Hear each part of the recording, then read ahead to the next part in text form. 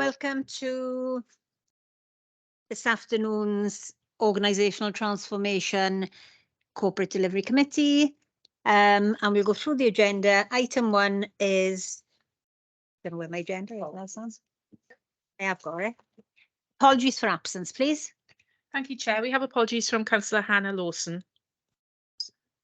I don't have any to date. Disclosures of personal and prejudicial interests, please. None, Sam. And then we have the minutes to approve the minutes from Tuesday, 28th of March. We've page 1, page 2, page 3, and page 4. Any matters arising? Can somebody move the minutes, please? I move. We've got Leslie and Francesca. Thank you. We'll move on to item 4. We've got Lee Weenham, head of, well, I don't know what he want to, and what's your lady's name? I forgot her name. You want me to do the introductions? Yes, you do it, please. No problem, as long as members can hear me. So thank you very much. My name's Lee Wenham. I'm Head of Communications and Marketing for the Council, and I'm joined today by Rhian Miller, who looks after engagement and equalities for us, and also Adele Dunstan, who works on the human rights agenda. So the three of us can deal with matters today, Chair. I'll take us briefly through the report or give us an overview. I don't intend to read the report. Then any questions or follow-ups from the committee, either myself, Rhian or Adele, can address them. Firstly, can I start by thanking the committee for taking an interest in human rights? It's a really, really important issue, goes without saying. And I think for the CDC to ask us to appear today and to want to get involved, that's really encouraging. So I'd like to thank you, Chair, and the committee for the time and effort you're going to devote to this issue. So I'll just give some background. Back in December, Swansea became the first city in Wales to obtain human rights city status. That had followed about 18 months of action where we were preparing for that, working with partners, putting together in place ideas and suggestions of how we needed to address the human rights agenda in Swansea. At the moment, we have a Human Rights City Steering Group. It was previously chaired by Councillor Gibbard. It's now chaired by Councillor Elliot King. And that brings together a number of members from the Public Service Board, so people like fire, probation, police, natural resources, Wales, and we're also working with Swansea's co-production network. And that group has really been the kind of strategic lead, and they've planned our kind of human rights agenda up to this point. Earlier than that, in October 21, we carried out some community engagement. There was a survey to reach a number of groups and individuals to see what the awareness of human rights was in Swansea, but also what they thought our priorities would be. And if members have got the report in front of them, below paragraph 1.2, with the 5 priorities are identified by our stakeholders and the people we engaged, and they quite closely align to some of the council's priorities as well, which is obviously very helpful in that respect. But for those who haven't got the report in front of them, it's around tackling poverty, vulnerable children and families, tackling discrimination, domestic violence and abuse, and human rights awareness. So once we carried out that, we then really looked at the actions we needed under each priority. And one of the first ones we obviously needed to tackle was to raise awareness of human rights. So we worked on putting together things like a pocket guide and also a guide for organisations. So the pocket guide was meant for the public and stakeholders so that it was an easy to read, almost at a glance view of what are human rights, what are the principles, what do you need to know, that kind of thing. And then we worked with Swansea University, who have expertise in this area, on developing a guide for organisations showing how you could adopt a human rights-based approach to your organisation and to embed it in what you do as an organisation. So that could be in things like policies, procedures, initiatives, the way you structure services and create services. So we put that together as well. And we also provided training with the British Institute of Human Rights. About 60 senior managers and others have gone through that training, and there's further training scheduled for this week, so hopefully we'll capture some more as well. The next thing that's coming up is that we're now going to hold an engagement event. We were hoping to have held it in May, but in order to get everyone together, we're now looking at June the 16th. And that will bring together groups from across Swansea. And what we're hoping to get from that then is to develop 5-year action plans. And the intention is that each of the PSB partners will develop their own action plan in line with those 5 priorities. So what do they need to do as an organisation in order to deliver those 5 priorities? As you can imagine, the organisations are very different, so the action plans perhaps will take on a different kind of structure and focus. So obviously, as a council, we're very interested in what's going to be our action plan and those 5 key priorities. Then that day will take on the format of, at the start of it, we'll provide a presentation on human rights and the kind of guide for organisations. Then in the second part, we'll hold a kind of workshop to establish what we need under those actions. And then each kind of steering group member that I mentioned earlier, they can go away and develop their action plan, and we as a council will develop ours. And I think what we can discuss today, Chair, is how the CDC would like to be involved perhaps in that event. And we're more than happy, if you think it's appropriate, to invite CDC members to that engagement event. They can participate in that event. And then we can do some work with you afterwards, or if you would prefer for that event to go ahead without the CDC and we do a separate event with the CDC, again, we're more than happy to accommodate that approach, or a mix of both, whichever you prefer, whichever members prefer. The only kind of condition really is that we're looking to develop and have in place our action plan by July. So as I was saying, the event is on June the 16th. So in order for the CDC to have really meaningful input into what our action plan might look like, it's quite a condensed time scale. So maybe coming along, if members are available on June the 16th, would be very helpful. So that's a quick run through of where we are and what's next on the horizon for us. Happy to take any questions, Chair, from you and members.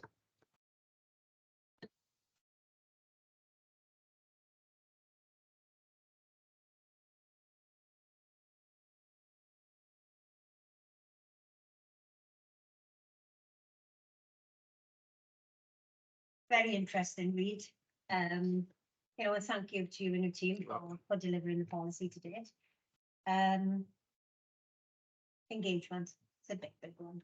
And, you know, we talk about it all the time. So, you know, in here it says engage and listen to all residents to list the real concerns. So how did you actually engage? Oh, sorry. How did you actually engage with all residents, as you say? You know, because it's a big task, Lee. Yeah. So first thing is, how did we engage with our residents in the city of Swansea, please? Okay. I'll probably hand over to my colleague Rian on this one for now, and I can add to anything that the Rian comes up with.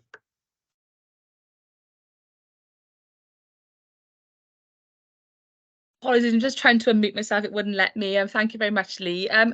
As Lee mentioned, when we first started off on this journey, we wanted to do a series of engagement activities, really, which would help us inform what our priorities were. So there was 2 things that happened. There was a survey that was developed, one to kind of gauge the awareness of levels of human rights in Swansea, and that was widely promoted, and we had about 1,000 responses to that survey.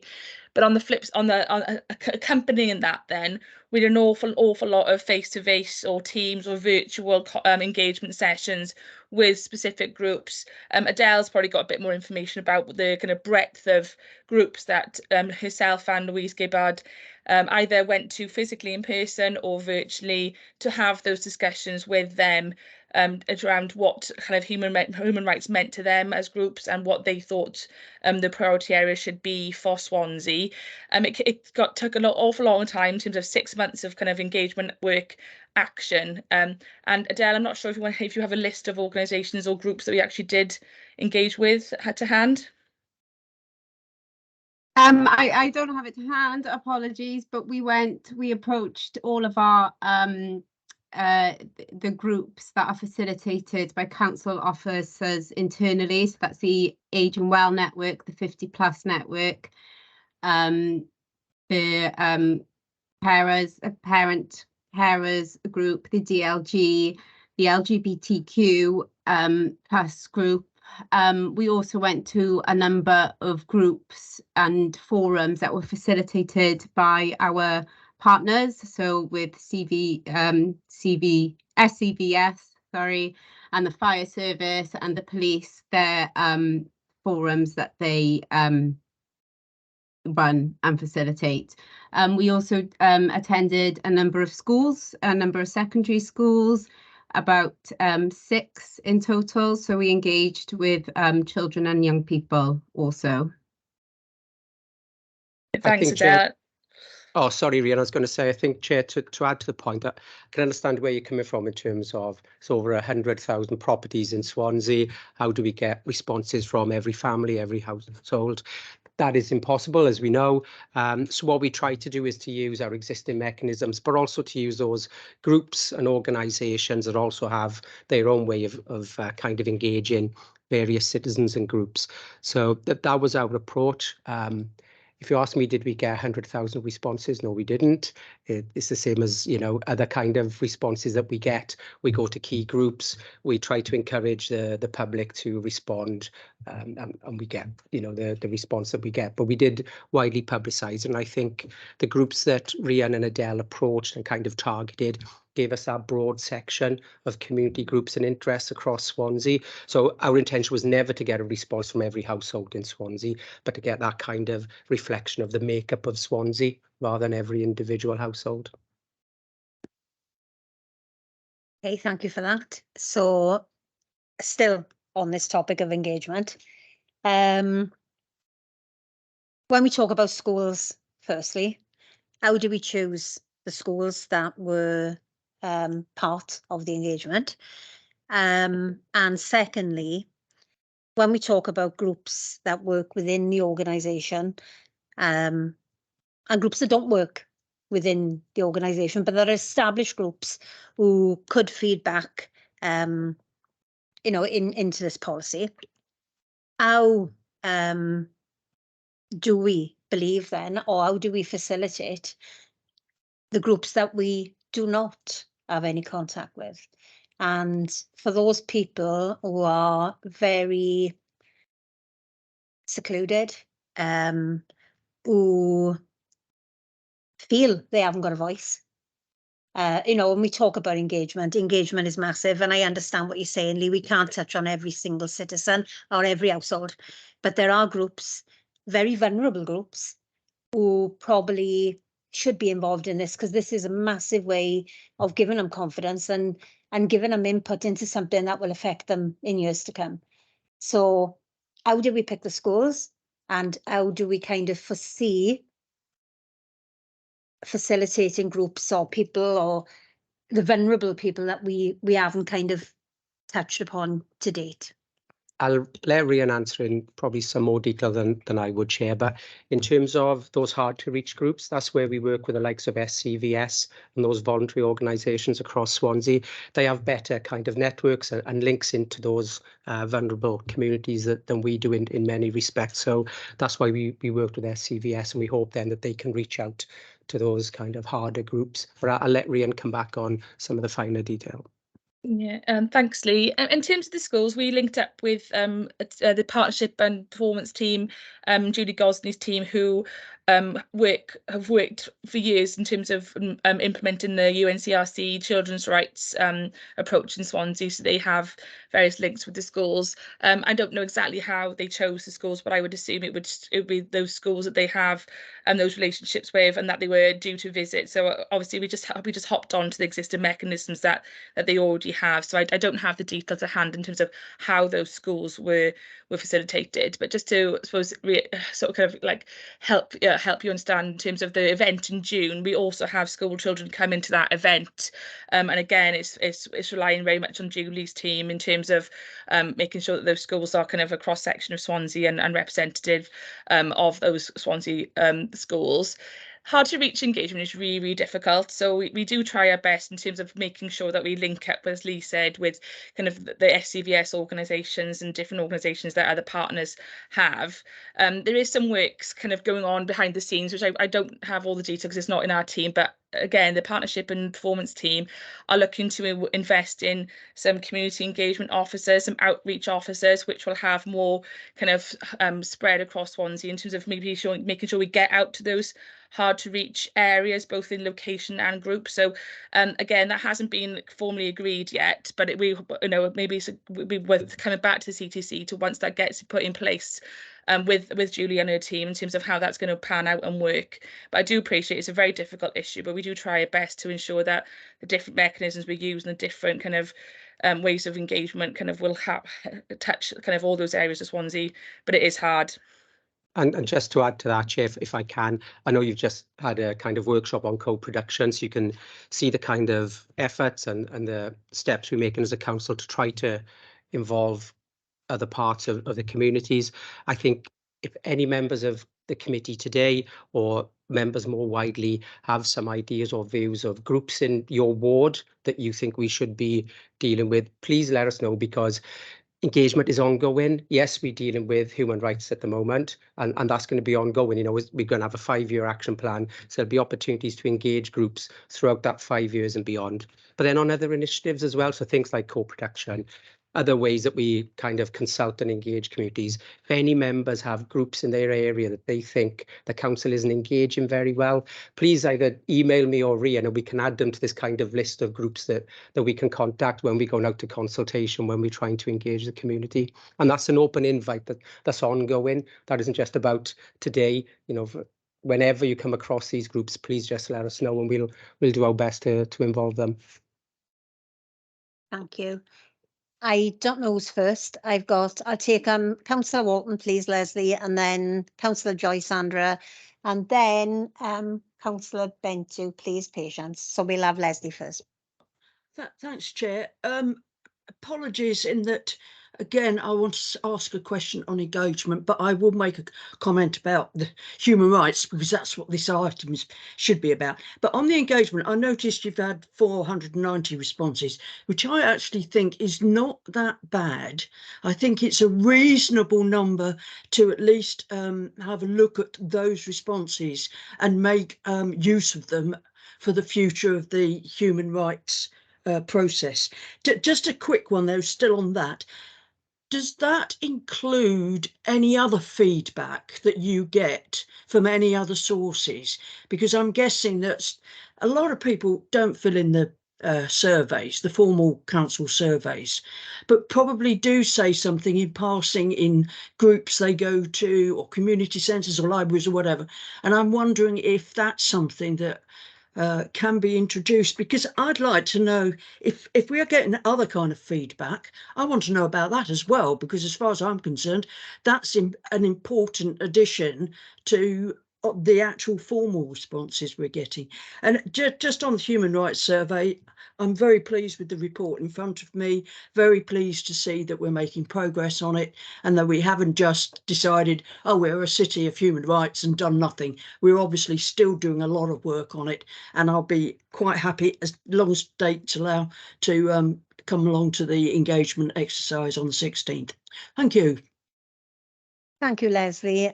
Councillor Joy Sandra, please. Hi. Yeah, first of all, to echo what Leslie said, is first, I would be keen to join you on the 16th. I think it's a great piece of work, and I think your work, you know, that things are going really well. What I wanted to explore, though, was just a little bit more about the young person's engagement on this one. Initially, I was disappointed when I read the survey engagement for children, you know, only 7 secondary school children in the entire of Swansea, according to this, from a fairly affluent area of Swansea had engaged. I'm relieved to hear your comments about the fact that you've visited far more secondary schools than I realised.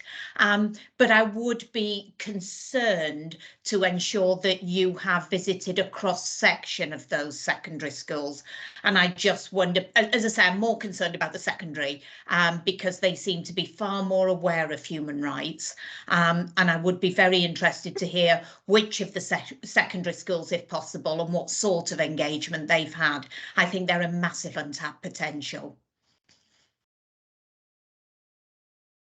Yeah, Thank thank you. you. I'm not sure we have the answer, do we, Adele, in terms of what schools right at the moment. We can get that information to you though, in terms of, because we didn't conduct the sessions ourselves, as I say, the team who constantly liaise with those schools conduct the sessions for us, so we can get that information to you after this meeting, if that's okay. Obviously a lot of work has happened over the years in terms of engagement with those schools, in terms of developing the human rights approach for our children. You know, we were the first council in, I think it was the UK or Wales, to adopt the UNCRC, and a lot of engagement had already happened, which I think fed into the Children's Rights Action. They've got their own policy and plan, so this doesn't replace that. It kind of sort of complements it in a way, and the two approaches are very much linked in terms of we're kind of already building on that good work that already happened in that at that area. But no, we'll get that information to you, Councillor, separately, if that's all right, after this meeting. That's lovely, thank you. And that's why I'm particularly positive. I have first-hand experience of the development of the UNCRC stuff, and I know how engaged the children were when they were developing that. And I just feel, as you say, you've got some massive potential there. Thank you. Great, thank you.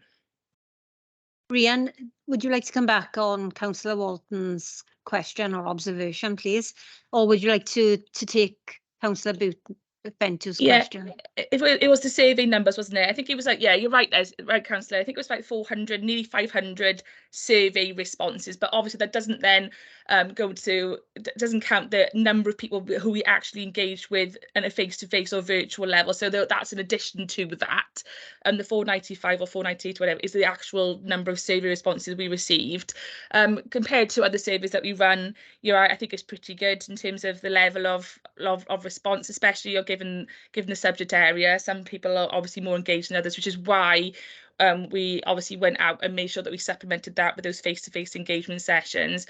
We also did a session with the wider PSB forum as well, in terms of making sure that not just those PSB core organisations were involved, but those wider supporting organisations were involved. So we did a workshop session, which was facilitated with SCVS, which also came out with some really positive feedback, and all of which has fed into those development of those kind of 5 priority areas for Swansea. So I hope that answers your question.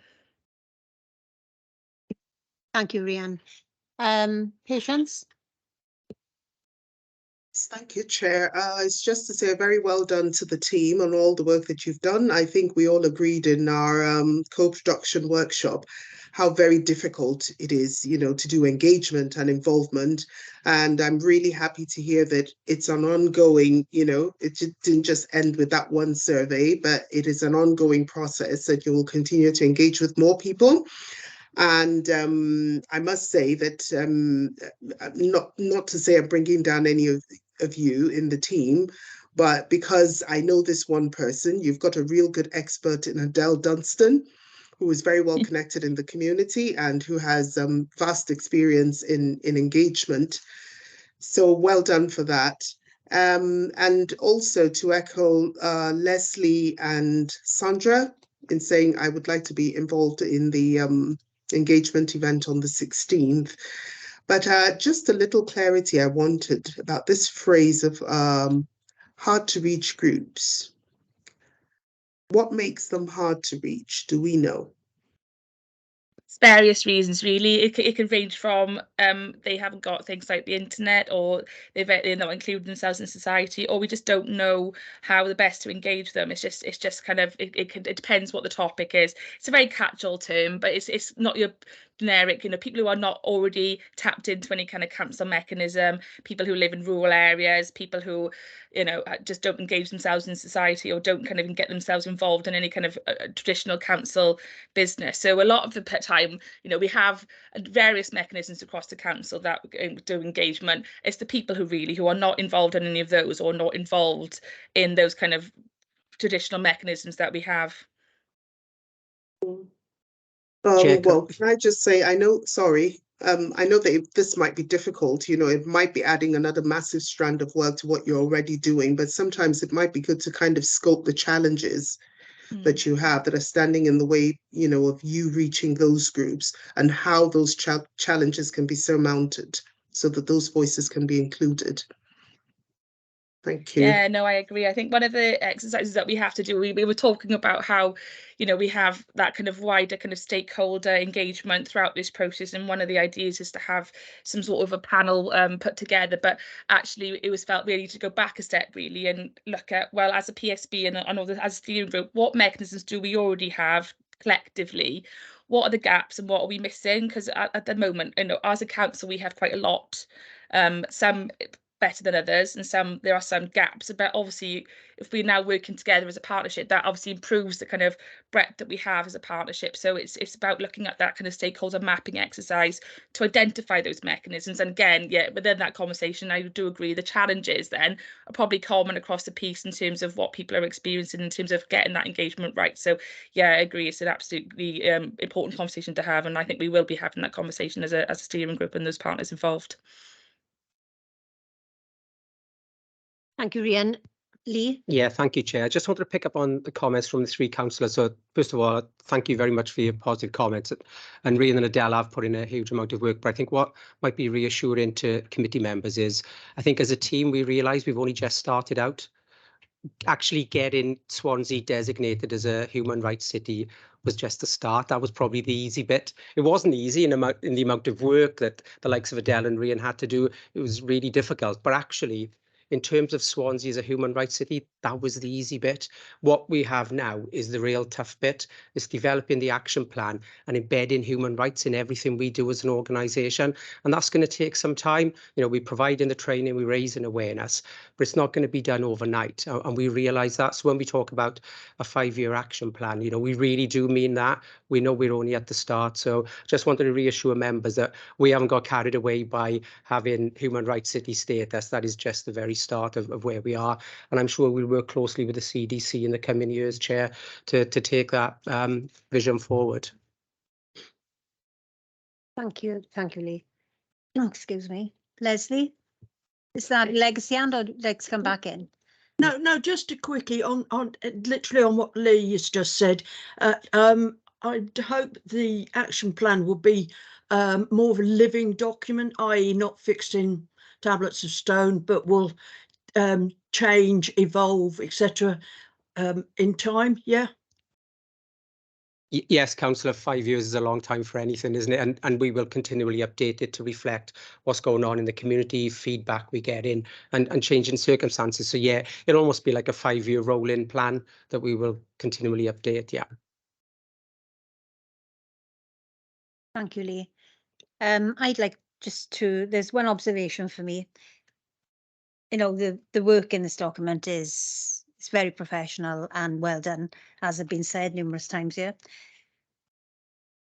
I'd like to ask, I'm a little bit disappointed that there's nothing there about substance or alcohol abuse, which plays a major part in all cities, in Swansea and within our organisation.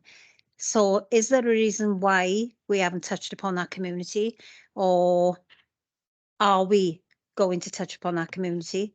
Because, in the 28 subject areas, those 28 subject areas, I would say 90% of that would touch upon that community.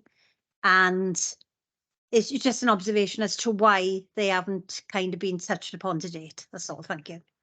Yeah, I think either Rhian or Adele or both can add to this, but I think in terms of those 5 priorities, that's what came through in all the discussions, that they were kind of the leading priorities in terms of substance misuse. So I'll ask either Rhian or Adele if they can add anything in terms of how that was looked at and whether that came through in any of the consultation. Yeah, I think you're right in terms of it's kind of a cross-cutting issue, isn't it? That kind of feeds into all of those priority areas. So whilst it might not have been mentioned specifically, I'm sure it was mentioned specifically, but I don't have the detail in hand.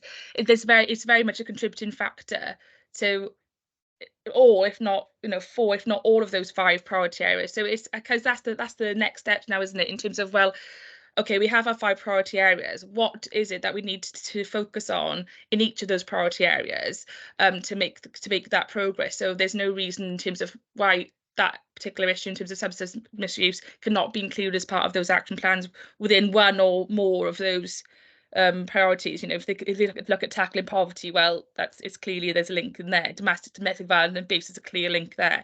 So it's how that kind of pans out really in terms of our 5-year action plan, which is why this next bit is really important in terms of having that engagement to inform that action plan. So that's where the next steps are really. Thank you, Rhian. And I think the reason, it was quite obvious to me, it is there, but it's hidden there. And, it does cross against every policy and every procedure that we have because it's massive and the impact on the city is massive. And, I've done a bit of work over the years with, these vulnerable individuals. And, the message out there is not everybody wants to be there. So how do we get a support mechanism to help and to continually support? There's got to be some scheme where we can support not just a year or 2 years. What's the word? Not reablement. Rehabilitation. Thanks, Sam. So, a scheme that probably the city can once again oversee and become a prime city in leading on this, as to how we support these individuals who find themselves in very, very vulnerable positions. And, everything that's in the work that's done to date obviously does cross over into the lives these people live and the impact they have on the city. So thank you, Rhian. And, I do appreciate that it is very cross-cutting, but I wouldn't like it to be left behind. But I know deep down inside it's there, Yeah, it is Thank there. And you. obviously, the partners, the NHS is one of the partners in this initiative. So, they'll be run the table in that event in June. So they'll be listening to this. If that's related to them at the event, then they'll also be listening. It may be that we can work in partnership as a result. It could be a partnership approach to it going forward as a result of this. Thank you, Rhian. Any more questions or observations?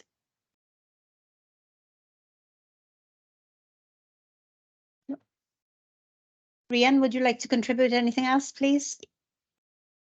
No, I think as Lee said, I think it's really encouraging actually that the CDC has taken the interest in this initiative. It has been a lot of work to date, but as Lee said, it's only the start really, and this engagement event to inform our action plan just shows that we're not just going ahead on our own steam and going, well, we're going to decide what we're doing. We really want to try and listen to people's views, try and inform that action plan going forward, and ensure that us as a council and all the partners have that information to kind of feed into their action plan. So yeah, we'll make sure that we have forward you invites to the event. Hopefully you can make it on the 16th of June, but if not, and you'd like us to come back and do a specific session, but obviously in the time constraints, we're more than happy to do so just let us know. Thank you. Adele, it's only right I ask you, would you like to contribute anything? Thank you. Thank you, Chair. No, just to reiterate what Lee and Rhian has said, thank you for agreeing to take this on, and I look forward to welcoming you to our engagement event in June. Thank you. Thank you. Thank Lee? you. Just to say thank you, Chair, and I know we've talked about coming along to the engagement event. If any members can't, any ideas, any suggestions you have, email one or any of us, all 3 of us if you want to, and we can take those ideas on board. So it isn't just a close shop. If you can't make the event on the 16th of June, not an issue. Please get in touch with us. Come and see us. We're open to ideas. We'll sit down with you. We'll have a chat. Anything that you want to contribute, we're more than happy to do that. So thank you. Thank you. So we'll move on to agenda item 5, which is the annual report. Thanks, Lee. Take care, love. Okay, thank you, Chair. So this report is on page 40 of your agenda pack, and it's an outline of the work that's been undertaken by the committee this year. So it's a chance really to reflect, to gather your views on sort of the work that's been undertaken. And I think the results of this are going to be fed then into the CDC board. I think there's a meeting on the 3rd of May that's chaired by the leader, where he and the chief exec and the leadership team, cabinet, will be looking at the outcome of all the CDCs to look at sort of putting some shape around the work programmes for the following municipal year. So in terms of the themes that the committee looked at last year, there were 6 key themes. The first one was in relation to the council's transformation programme. And so in the June meeting of the CDC meeting, there was a presentation on the transformation programme, which covered the background of the Sustainable Swansea programme and the progress made to date. And there was a presentation about sort of the next step. Members were asked their views about the progress of the programme and about any key issues they thought should inform the development of the next phase of the programme. So there were a number of suggestions that came from that, and I think, as illustrated today in the conversation in the meeting today, in the previous workshop, there was a strong suggestion that whole of the transformation programme is underpinned by co-production and very sort of clear consultation with local people and community groups. This transformation approach also came back to the September 2022 meeting, where the interim director of corporate services provided a presentation and asked for members' views about the future principles to inform the transformation programme. A couple of suggestions related around trying to reduce the use of agency staff and increasing the number of jobs provided by the council, and other sort of workforce development issues. Other suggestions, again, really touched on co-production and also sort of seeking out new opportunities in relation to economic development opportunities, such as the potential to bid to become a free port. At the January meeting of the CDC, the head of digital customer services came back to provide a report on the Sustainable Swansea programme and outlined the lessons learned in terms of to inform the development of the next phase. And some of the suggestions built upon that sort of co-productive approach and thinking about ways of developing more effective joint working across services and working with external partners. So transformations has been a sort of very sort of key theme throughout 3 of the meetings of the committee this year. And I think there's important suggestions made by members of the committee in terms of future policy development. Rewards and recognition. So this was also a key theme explored by the committee. So the head of human resources in the service centre presented a report which outlined that strategy, and she asked members for their view about the current strategy and to ask for their views about any additional factors in terms of developing the future strategy. Members asked a number of questions about the council's workforce in terms of its composition, in terms of its diversity, its breakdown in terms of gender, and a number of suggestions were made about recognising performance in a number of different ways for staff, such as maybe perhaps holding an award ceremony, one-to-one sessions between staff and their managers, sometimes simply thanking staff for their efforts, or looking at alternative non-financial rewards for council staff. And encouraging staff to develop their confidence to feedback to their managers and use their experience to improve the organisation. The same manager, the head of HR in the service centre, came to the November meeting of the CDC to outline the council's current agile working policy and home working policy. And she presented a report which outline the background of these policies and the impact of COVID-19 on both the agile working policy and home working policy. Now, whilst a lot of work had been undertaken before sort of the pandemic, obviously the impact and the response to the councils have accelerated the way in which both the policies were sort of implemented. And so the report sought to seek members' views on the development of both policies. So members asked a number of questions about how the council oversees the management and particularly the well-being of staff working at home. And they asked questions about the availability of office space for staff who don't wish to work at home all the time, and to ensure long term that office accommodation was available for staff who actually wanted to work in council buildings. So some of the suggestions that came from that meeting were about developing a wellbeing, keeping it in touch strategy for staff at working at home, and ensuring that the council kept an eye on retaining long-term accommodation space to ensure that capacity was there. The next key theme looked at by the committee was the recruitment and retention strategy. And this report outlined current practice in relation to the council's recruitment and retention approach. And also it describes some of the key features of the council's workforce strategy, which I think came to this committee in the previous year. So members asked a number of questions about the current approach and came up with a number of sort of useful suggestions about ensuring that staff who don't use computers as part of their work were aware of any new jobs and training opportunities provided by the council, and also made suggestions about ensuring the adverts for jobs were shared as wisely as possible to a diverse range of people in the local communities. Other suggestions included ensuring that the recruitment processes were reviewed and designed to encourage more people from a diverse range of backgrounds, for example, Black and minority ethnic communities, to apply for jobs within the council, to ensure that we've got a more diverse workforce, and also to ensure that any new council buildings are physically accessible for people with disabilities. Some of the older buildings, like the Guildhall, for example, are restricted in terms of accessibility because of their listed status. But thinking forward, I think there was a useful suggestion to make sure that those future venues are accessible to a wide range of people. And another key suggestion was about considering whether the council's approach to apprenticeships should include not only young people, but older people, and across many more areas. Apprenticeships have been developed and widely tested within the Place Directorate, within the building construction fields, but there was a suggestion that maybe this idea could be extended out to include people supporting people in the community around social care and supporting people.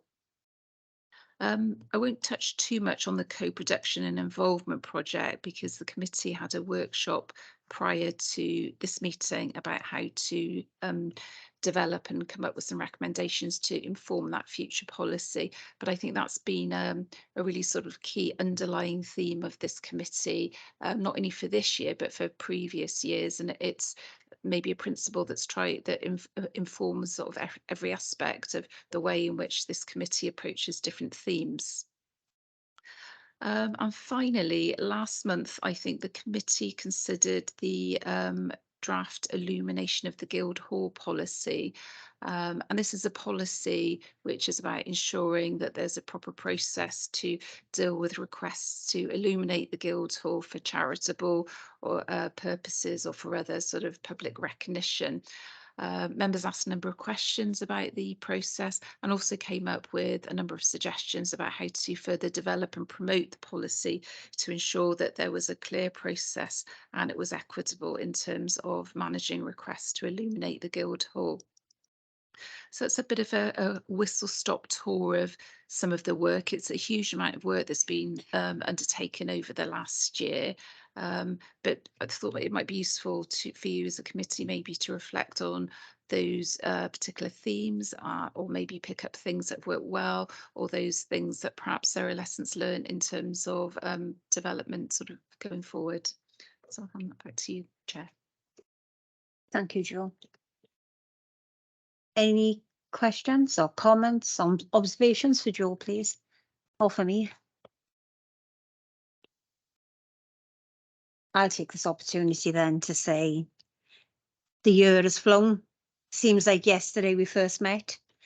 And I want to thank you all personally, that's officers, you know, from legal, democratic services, and we've had quite an overlay of support officers, but all have been professional, all have supported us very professionally. And I want to thank you all as elected members for your contributions. And we have done quite a bit. When we sit and reflect over the last year, we have done quite a bit of work. So for me, I want to say thank you very, very much for supporting me as your chair. And thank you, Patience, for being the vice chair and supported me. But you've all supported me, so thank you very, very much. And I think we've done well as organisational transformation over the last 52 weeks or the last 12 months. And depending on what happens in the next month, I may be here, I may not be here, but whoever sits in the seat, I hope that they just continue, you know, with the good work that we've done in the first year of this elected term. So thank you all sincerely from the bottom of my heart, and thanks for your support, because we have done very well. So thank you.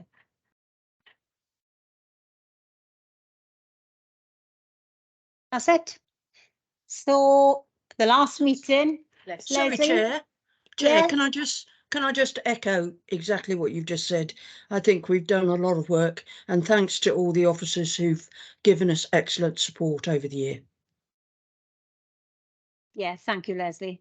And it is the last meeting for 22-23. So just take care, look after yourselves, and I'll see you. I may see you. Well, I will see you 23-24. So take care. The meeting is now closed. It's, what is it, 14:45? Yes. 14:45. And thank you. Thank you. Thank you, Thanks, Chair. bye. Thanks, everyone. Bye.